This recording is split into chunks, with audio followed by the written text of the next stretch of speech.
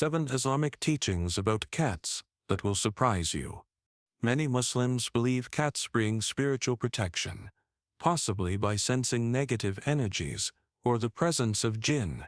Their calm behavior during Quran recitation or prayer is often seen as a sign of their spiritual awareness. Whether sitting silently beside you or purring softly, their presence creates a peaceful atmosphere that uplifts the soul. This tranquility is not just emotional. It is believed to be a reflection of rahmah, mercy, and blessings from Allah. 5. Feeding and caring for cats is a rewarding act in Islam. In Islam, feeding and caring for cats is not merely a kind gesture. It is a form of sadaqah, charity, that carries immense spiritual reward. The Prophet Muhammad, peace be upon him, taught that every act of compassion toward a living creature is rewarded by Allah. A well-known hadith tells the story of a man who was forgiven all his sins simply because he gave water to a thirsty dog. If such reward is granted for helping a dog, imagine the blessings for caring for a cat, an animal that is not only beloved in Islam, but also considered pure. On the other hand, Islam sternly warns against cruelty toward animals. In another powerful hadith, the Prophet spoke of a woman who was punished in hellfire because she locked up a cat, neither feeding it nor allowing it to find food. This shows the seriousness of neglect and abuse in Islam. Even placing a small bowl of water or food outside for a stray cat is an act that earns continuous reward. Many scholars believe that animals make dua prayers for those who treat them well. Caring for cats therefore becomes both a spiritual and moral duty in Islam, an easy path to Allah's mercy. 6. They are a symbol of mercy in Islamic culture. Throughout Islamic history, cats have come to represent mercy, compassion, and communal care. Their presence in Muslim societies has been deeply rooted in the teachings of the Prophet Muhammad, peace be upon him, who showed profound love and gentleness towards cats. Inspired by his example, generations of Muslims developed a cultural and spiritual respect for these graceful animals. One of the best examples of this can be seen in the Ottoman Empire, where caring for stray cats became a part of public duty and religious ethics. In cities like Istanbul, it was common to find special sections in mosques, libraries, and public buildings dedicated to cats. These spaces provided food, shelter, and protection, ensuring that no cat went hungry or homeless. Wealthy individuals even built fountains and small homes for cats, viewing it as an act of sadaqah, charity. Feeding a hungry cat was not only a kind gesture, it was considered a noble deed rewarded by Allah. This beautiful tradition of mercy and hospitality toward cats still lives on today. In modern Turkey, for example, cats roam freely through streets, markets, and even mosques, and are affectionately looked after by locals. It is not uncommon to see shopkeepers feeding them or mosque caretakers placing cushions in corners for cats to rest. Such continued care reflects the timeless values of Islam, mercy, kindness, and respect for all living creatures. In this way, cats are more than animals in Muslim culture. They are living reminders of our spiritual duties. 7. Cats are not to be sold for profit. One of the lesser-known yet profound teachings in Islam is the discouragement of selling cats for profit. According to a hadith reported in Sahih Muslim, the Prophet Muhammad, peace be upon him, stated, "The Messenger of Allah forbade the price of a cat." Sahih Muslim. This narration has been interpreted by many scholars as a warning against commercializing the lives of animals, particularly cats, who hold a special status in Islam due to their purity, gentleness, and the Prophet's love for them. The idea behind this prohibition is rooted in compassion. Islam teaches that animals are not commodities to be exploited, but living beings deserving of care, respect, and dignity. By forbidding the sale of cats, the Prophet may have aimed to ensure that their welfare remains the primary concern, not financial gain. This aligns with the broader Islamic principle of avoiding unjust transactions and exploitation in all forms. Cats should be adopted, sheltered, and provided for out of kindness, not traded for money. In many Muslim societies, this hadith inspired a culture of generosity, where cats are freely given homes, fed in the streets, and treated with love without any expectation of reward or profit. This practice is a reflection of the mercy that Islam encourages toward all creatures. Ultimately, this teaching reminds us that animals are a trust from Allah, and their well-being should always come before personal gain. Cats are not just pets. They are cherished creatures in Islam, holding a special place in both our homes and hearts. From their natural purity to their unique spiritual sensitivity, cats serve as a constant reminder of Allah's mercy and the delicate balance He has created in the world. The Prophet Muhammad, peace be upon him, demonstrated profound compassion for animals, especially cats, and through his actions we learn how to treat them with kindness, respect, and love.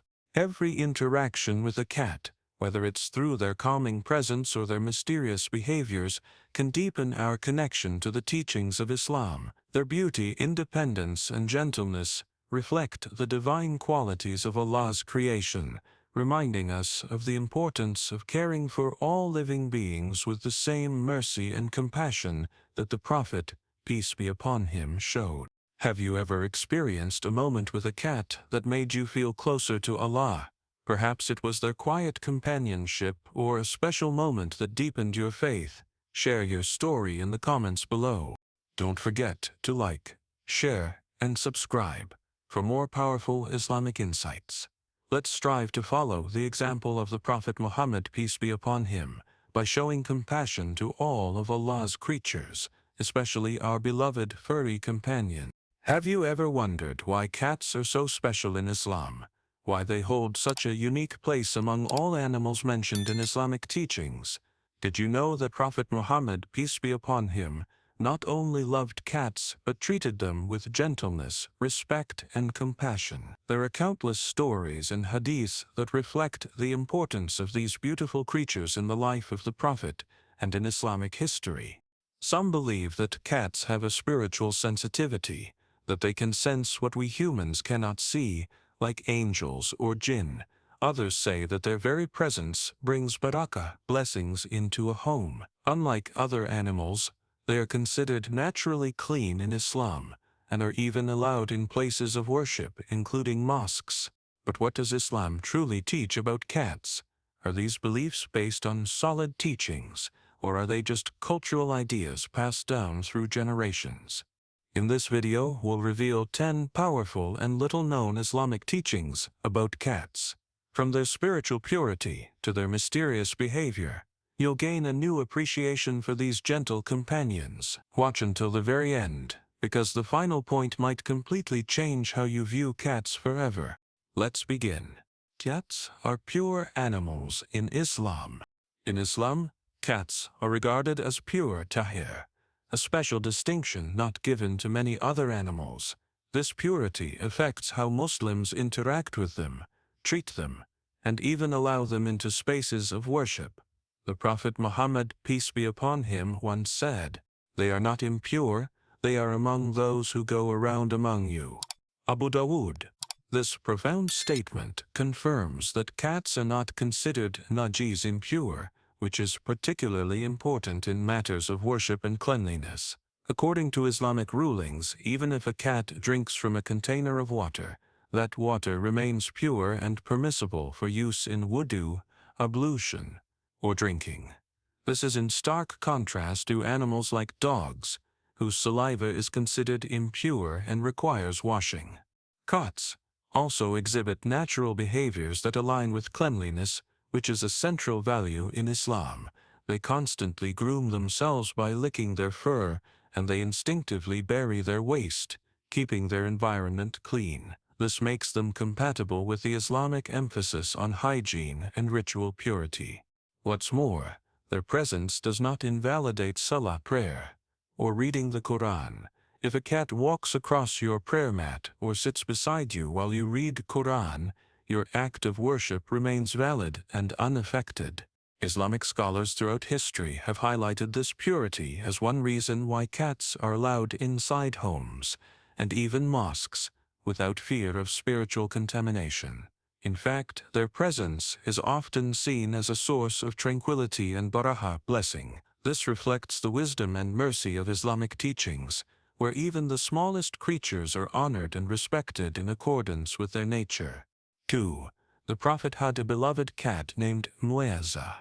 Prophet Muhammad, peace be upon him, was a shining example of mercy, not only to humans but also to animals. One of the most heartwarming and well-known stories from his life involves his beloved cat Muezza. This story highlights the depth of the Prophet's compassion and his gentle treatment of even the smallest creatures. According to narrations, one day the Prophet was preparing for prayer, and Muezza was sleeping peacefully on the sleeve of his robe.